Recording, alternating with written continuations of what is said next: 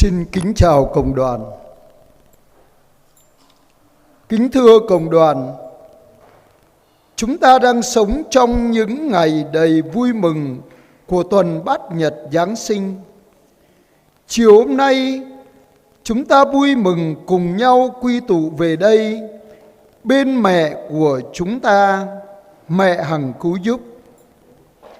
Chúng ta cùng với mẹ cảm tạ ơn Chúa vì Chúa đã yêu thương nhân loại. Chúa đã từ bỏ ngai trời để xuống làm người, nhập thế và nhập thể trong cung lòng của mẹ Maria, để rồi cứu độ nhân loại qua cái chết và sự phục sinh của người. Khi mỗi người chúng ta đến chiêm ngắm hang lửa máng cỏ, hình ảnh của mẹ Maria luôn nhắc nhở mỗi người chúng ta, mẹ là mẹ của Thiên Chúa và cũng là mẹ của mỗi người chúng ta. Mẹ luôn ở bên nâng đỡ và gìn giữ mỗi người chúng ta.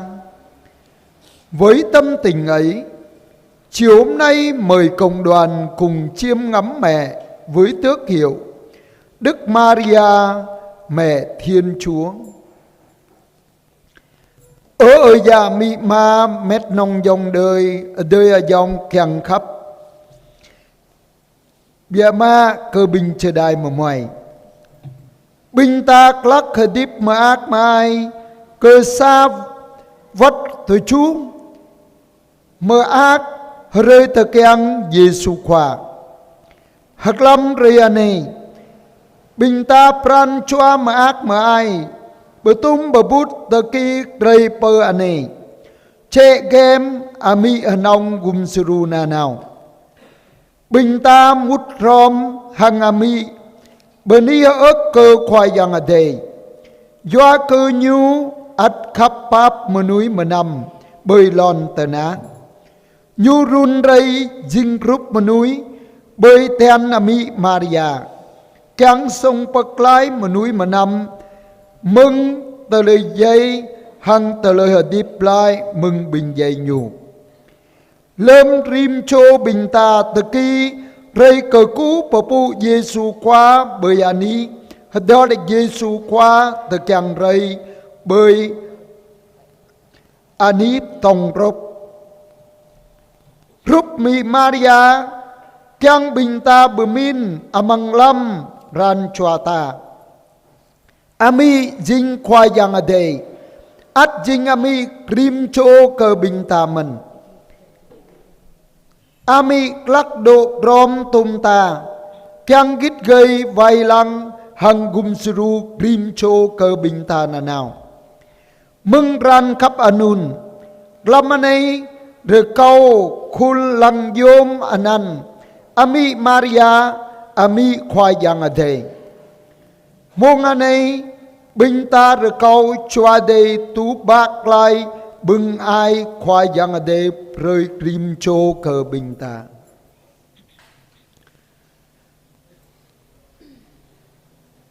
rơi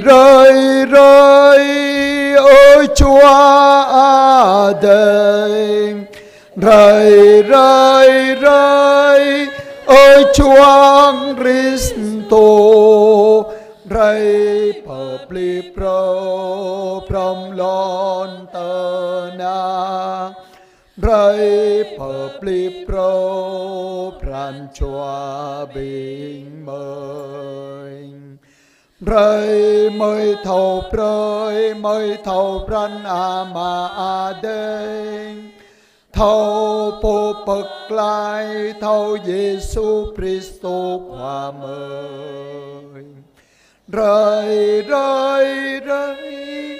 của Đức Chúa Trời lạy thân khi của chính ngôi lời xin Ngài hãy đến canh tân trần gian xin Ngài hãy đến canh thân lòng con. Lạy Chúa, Chúng con xin chúc tụng, tạ ơn, cảm tạ Chúa, vì Chúa đã yêu thương nhân loại. Chúa đã đến làm người nơi trần gian này. Chúa đã tuyển chọn Đức Maria làm mẹ Chúa. Chúng con khẩn khoản nài xin Chúa ban cho chúng con một lòng gắn bó với Chúa như mẹ, biết hăng hái ra đi loan báo tin mừng tình thương của Chúa đến cho anh chị em chúng con như mẹ. Chúng con cầu xin nhờ Đức Giêsu Kitô Chúa chúng con.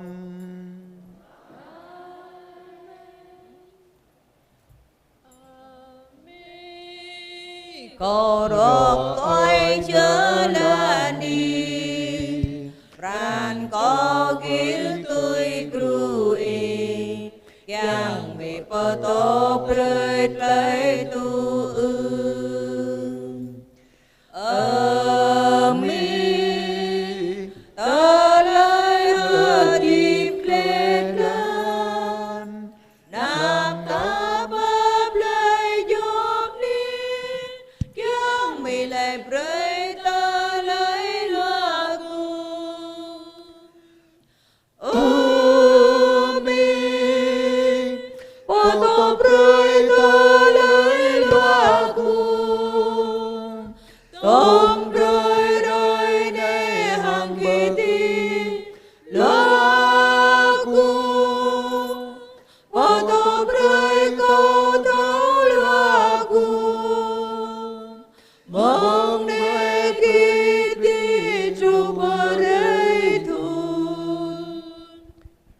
Xin cộng đoàn lắng nghe lời Chúa.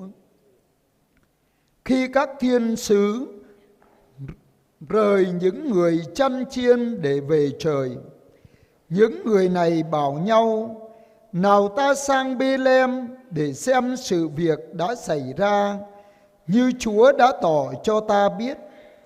Họ liền hối hả ra đi và gặp bà Maria, ông Giuse cùng với hài nhi đặt nằm trong máng cỏ.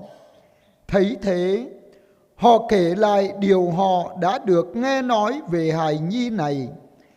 Tất cả những ai nghe đều kinh ngạc về những gì các người chăn chiên nói cho biết.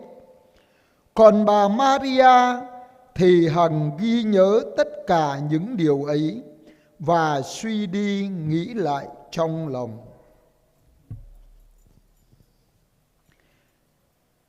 Hằng dinh lơm khoa yang đề, lui gần nhu klai bờ đề, bình kia vây klai thực roa, nào beta bờ Bethlehem, kiang cơ lăng ano jing lehanun, ano khoa đề bờ thâu pregle cơ bình ta, gần nhu check nào hằng bú le Maria, Joseph tôm mờ moai đi amang sang ở tông rốc lê bú gờ nhu bờ thâu hẹp lại lê cơ gờ nhu bố tờ hần đal cơ mờ moai a bí bình po mư độ xoách cơ tờ nhà doa cơ đúng tờ lời bình po kẹa vầy kriu roi cơ nhu bờ gá ami Maria nhu ya cơ chấp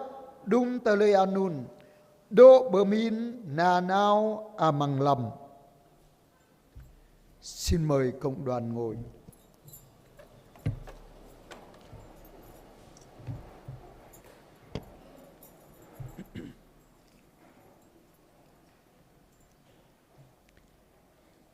Kính thưa cộng đoàn, từ khi Adam Eva hái trái cây trái cấm để ăn, sự dữ đã đi vào trong nhân loại. Con người đã phải lần bước trong bóng đêm của tội lỗi và sự chết. Thiên Chúa là đấng luôn yêu thương con người. Ngài đã dựng nên, Ngài đã hứa cho xuất hiện một người trinh nữ, người trinh nữ trinh khiết vẹn toàn. Người trinh nữ ấy sẽ sinh cho nhân loại một người con trai. Tên người con trai ấy là Emmanuel, nghĩa là Thiên Chúa ở cùng chúng ta. Người trinh nữ trinh khiết vẹn toàn ấy chính là Đức Maria. Mẹ đã cưu mang con Thiên Chúa do quyền năng Chúa Thánh Thần. Mẹ đã sinh ra, đã dưỡng nuôi và đồng hành cùng con trên mọi nẻo đường loan báo tin mừng nước Thiên Chúa. Khi chiêm ngắm Chúa và mẹ nơi hang lửa máng cỏ, chúng con cảm nhận sâu xa hơn tình thương của mẹ dành cho chúng con qua Chúa Giêsu, con của mẹ. Mẹ ơi, chúng con là con cái của mẹ. Mẹ luôn yêu thương và ở bên chúng con luôn luôn. Nhưng mẹ ơi, vì cơm áo gạo tiền, những lo toan vất vả của cuộc sống, nhiều lần chúng con đã quên mất Chúa và mẹ. Giờ đây, chúng con xin mẹ tha thứ cho chúng con. Xin mẹ giúp chúng con có được niềm tin và lòng yêu mến Chúa sắt son như mẹ. Biết siêng năng cầu nguyện, siêng năng đọc lời Chúa và suy gẫm lời Chúa như mẹ. Nhất là biết dành thời gian đến tham dự thánh lễ và đón rước Chúa vào lòng để trở thành thần lương nuôi sống chúng con đời đời. Chúng con xin dâng đời sống chúng con cho mẹ. Xin mẹ hãy cứu giúp chúng con. Luôn luôn chúng con tin tưởng phó thác nơi mẹ. Ở già mị ma mét nông dòng đời đời mai đi dòng. Bia ma cơ bình chờ đai mà mọi càng khắp. Lớm Adam Eva bẹ bó com bồng tờ lời sát phát râm rây mút amang tờ lời hợp điếp mờ núi mờ nằm. Mờ núi mờ năm ắt rờ bát amang cờ lâm mót tờ lời xó sát hăng tờ lời dề. Khoa đây dinh po khắp pháp mờ núi mờ nằm mừng nhu bì chinh nhu ắt boan rơi sa chô ra chi à cha hem kla dập dần po ra hơi chi hơi cha anun am ra từ keng prơi mờ núi mờ năm sa chô đã rực cười po anun anan Emmanuel chi kai khoai giang ở đây độ tôm ta buộc ra chi hem kla dập dần anun Dinh ami Maria ami at game ana khoai giang ở đây mừng cờ krư chua đây ami at the keng ba bem chem rong hang rebat rom hang ana amang dập chelan ana nào bờ mực prơi bờ đế cha bờ tàu ở đây keng sông bậc lái mờ núi mờ nằm.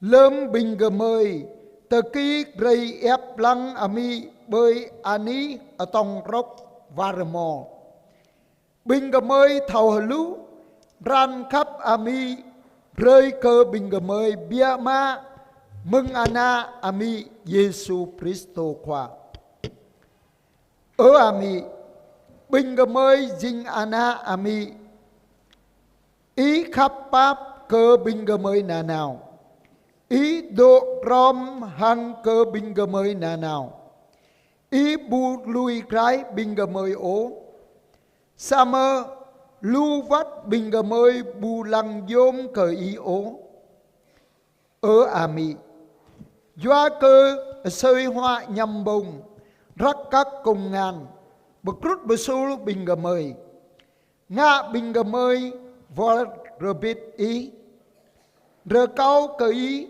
pháp mờ nhai cơ bình gờ mơi ở ami mong anei bình gà mới rồi câu ami gum bình gà mới mau pran gút á hỡi in cơ chấp hằng khoai giang ở đây cả ami thâu trăng giàu lại trăng đốc ra hấp ở đây hằng giàu lại tùy ra hấp ở đây cả ami thâu bậc rắp mông tờ kỳ rây mút rõm hờ đoá hằng chờ ca prơi mơ giang Giêsu khoa dinh ano chêm rong bình gà mới tờ lời hờ điệp lòng là bình gà mới bây giờ abi tờ lời hờ điệp bình gà mới rồi câu ami gum juru bình gà mới nà nào bình gà mới ran khắp á hờ in cười chấp bởi ami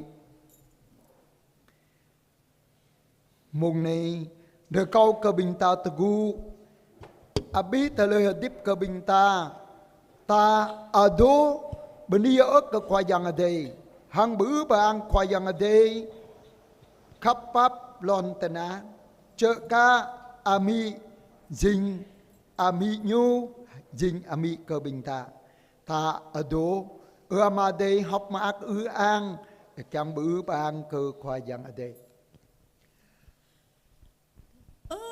ama adeng pemoyang rơi ananipo patrup rơi renung ikit cây pagyong rơi tơ lời ikyang bay lên tơ na tôi đã cất lông ano bông hoa rim rơi tru rơi anei bác nhảy rơi tờ lời so mời tôi hăng mời cặp rơi mân cất bình vô so hàng mời anam lùi amang cơ đại lòng sang bạc lại mới mừng giang san học mạc bê hình ở Maria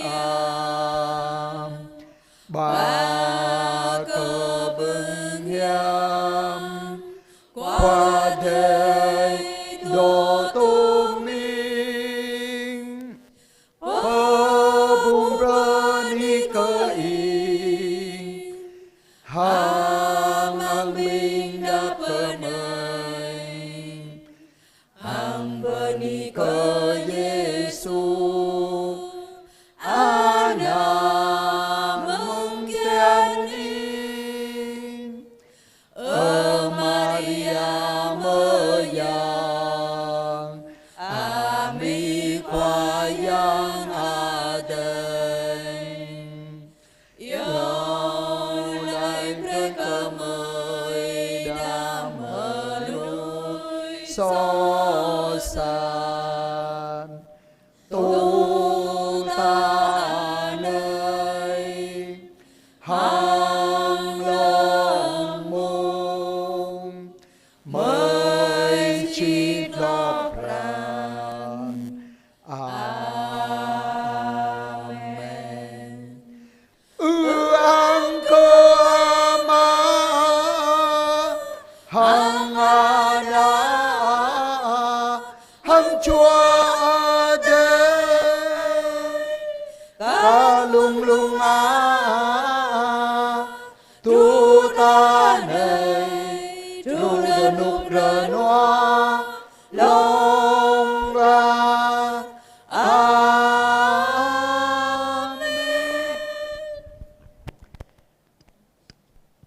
Giờ đây chúng ta hiệp với những người tạ ơn mẹ trong tuần qua. 3 người xin tạ ơn vì đã thêm lòng kính mến Chúa và Đức Mẹ. 4 người xin tạ ơn vì biết vâng theo thánh ý Chúa. Hai người xin tạ ơn vì đã chừa bỏ tội lỗi và tính hư nết xấu. Hai người xin tạ ơn vì đã ăn năn trở về cùng Chúa. Một người xin tạ ơn vì đã bền đỗ đến cùng. 10 người xin tạ ơn vì đã đi đường được bình an. 7 người xin tạ ơn vì đã có công ăn việc làm. 4 người xin tạ ơn vì gia đình sum họp hòa thuận yêu thương nhau. 5 người xin tạ ơn vì gia đình được bình an. 4 người xin tạ ơn vì con cái ngoan ngoãn học hành tấn tới. 2 người xin tạ ơn vì đã khỏi ốm đau bệnh tật. 1 người xin tạ ơn vì đã cầu cho các linh hồn. 2 người xin tạ ơn vì đã thánh hóa bản thân, cải thiện đời sống. 2 người xin tạ ơn vì đã bình an trong tâm hồn và trong cuộc sống. 1 người xin tạ ơn vì đã sinh nở được bình an. 1 người xin tạ ơn vì đã có con cái.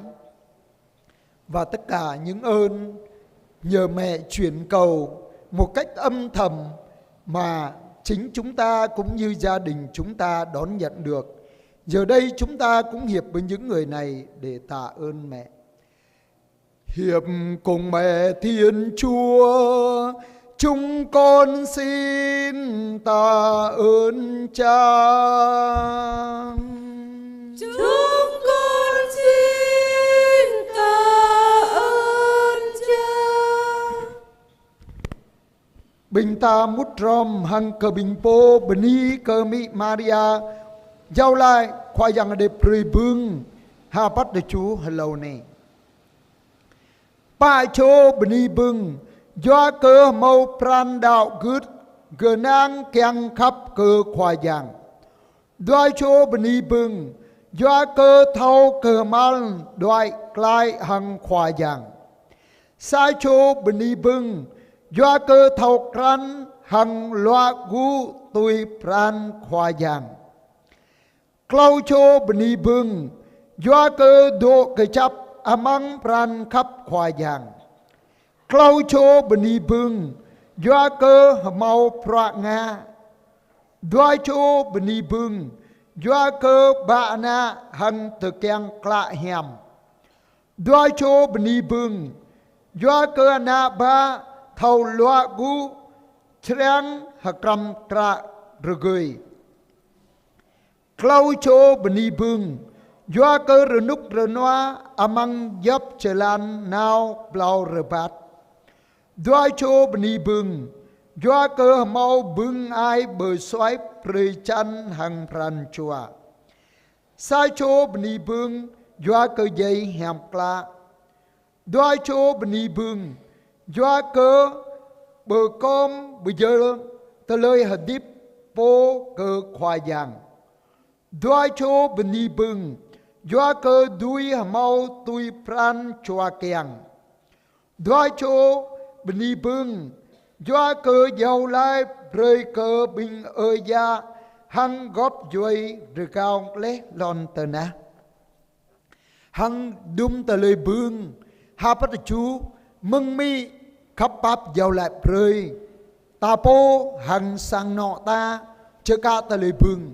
Mông anh ấy ta mút rom mang cơ bình po anh ấy.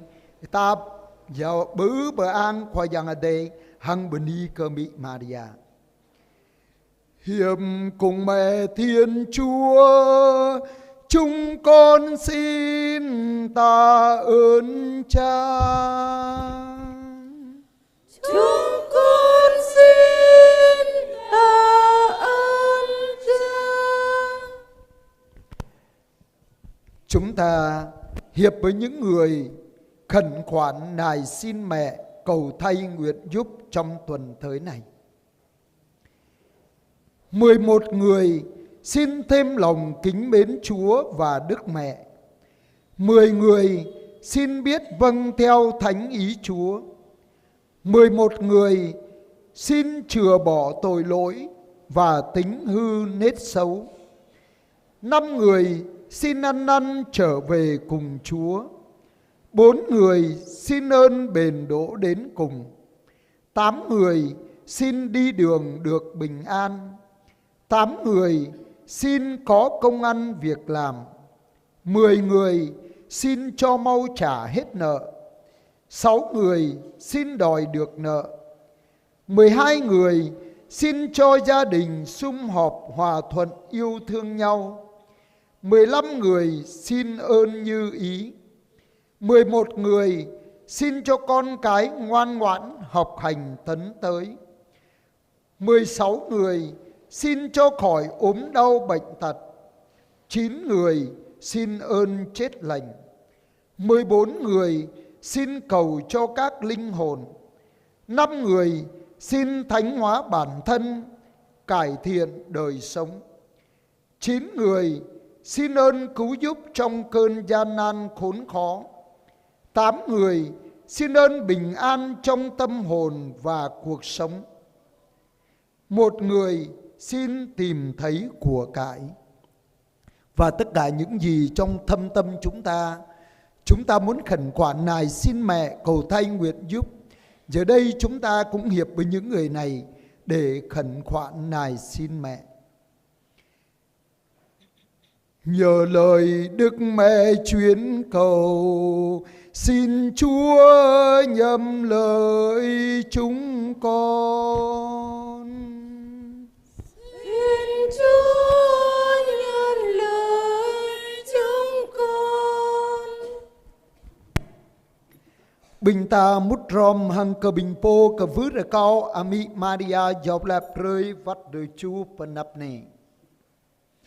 Từ chú chô rờ cao mau pran đạo gứt gờ nang kiang khắp cờ khoa giang. Hợp lũ chô rờ cao thâu cờ mang đoại klai hằng khoa giang. Chê pan chô rờ cao thâu kran hằng loa gu tùy pran khoa giang. Pa chô rờ cao độ cờ chấp amang pran khắp khoa giang. Từ chú chô rờ cao thâu pap mê nhai thâu bờ hiếm bờ dòng dọc ra khoa giang chào prơi. Đoà rờ pan chô rờ cao bưng rờ núc rờ noa amang pran chua hằng amang tờ lời hợp điếp. Pa chô rờ cao bưng mau ra ngã. Từ chú chô rờ cao bưng đuôi mau tờ lời sru hằng gum bờ min amang tờ lời tờ nắp tờ nòng. Từ chú chô rờ cao bưng sang ano thâu hợp điếp rờ môm thâu bờ khắp ròm. Từ chú chô rờ cao bưng rơi ana ba thâu loa gu sreang hakram hara rờ gơi. Đoai chô rờ cao bưng góp duy nào bờ atái đuôi klai bờ sang. 5 chô rờ cao bưng rơi rờ núc rờ noa amang dấp chê lan nào plau rờ bát. Klau chô beni rờ cao bưng rơi hàm mau bưng ai bờ xoáy rơi chăn hằng pran chua. Chê pan chô rờ cao bưng rơi dây hàm kla. Sai chô beni bưng rờ cao bưng rơi bờ com bờ dơ tờ lời hợp điếp po cơ khoa giang.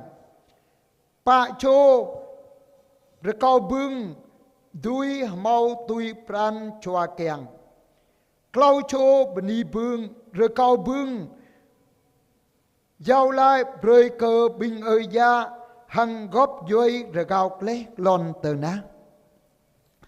Hằng đâm mà ta đọ măng lâm ta hà bắt được chú phần nắp này ta keng ami giàu lạp rơi mùng này ta mút rom hằng cơ bình po này cơ vứ được cao ami Maria giàu lạp rơi cơ bình ta. Nhờ lời Đức Mẹ chuyến cầu, xin Chúa nhậm lời chúng con.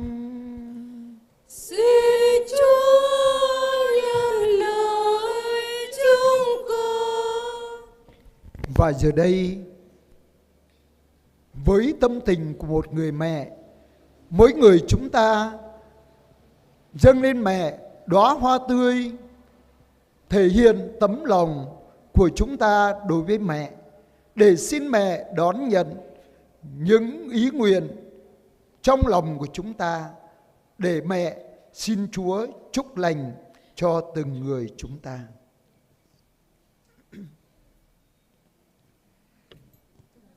Nhìn lên ánh mẹ, thấy bồng Giêsu, con như chợt thấy một trời yêu thương, bao la hạnh phúc, vầng sâu khoan dung nơi ánh mắt mẹ, từ nhân xiết bao. Ôi mẹ Maria, mẹ đáng kính yêu, mẹ đang ở đó, ánh mắt dịu hiền, chờ con chạy đến để mẹ ủi an, để mẹ chở che. nhìn lên ánh mẹ, mẹ hằng cừu dung, như nghe mẹ nói, mẹ là mẹ con, sao con chẳng nhớ, dù con ra sao mẹ vẫn yêu con, mẹ sẽ cứu con. Ôi mẹ Maria, mẹ đáng mến yêu, mẹ đang ở đó, ánh mắt dịu hiền, chờ con chạy đến để mẹ ủi an, để mẹ chở che. Đời con có mẹ thật là diệm phúc, bao nhiêu họa phúc được mẹ quan tâm, lo toan mọi lúc. Ngày mai ra sao thì đã có mẹ, còn lo lắng chi. Ôi mẹ Maria, mẹ đáng mến yêu, mẹ đang ở đó, ánh mắt dịu hiền, chờ con chạy đến để mẹ ủi an, để mẹ chở che. Và giờ đây xin mời cộng đoàn quỳ để chúng ta đọc kinh Đức Mẹ hằng cứu giúp. Ami hanong gum yru lâm câu pamin cơ ta lê so sát hang ta lê ta nạp cô lê tương pamin cơ pran chua chama hang cơ trư prong pren e hanun ko hui ye yir so sát karako ane sa mơ khin cơ vư rơ ko i pap hanun yơ ta lê hơ tay đề sa mơ lâm bu rup bo mơ ta hiam kla i ko mơ i poto ko tôi ane ana kenang he in pe câu bu dơ ame thâu bạc ô hạ câu bu xem proa hiam đa mơ bồ bù câu kanong xem cơ tà lê tà nạp tạp đa mơ cùng dru anan ame hanong cùng dru bu dơ bu berada tôi anai hạ câu cùng dru bingki amang job tà lê tà nạp hanun ame Maria po mayang anai câu rai câu bơ rơ câu pran chua i chama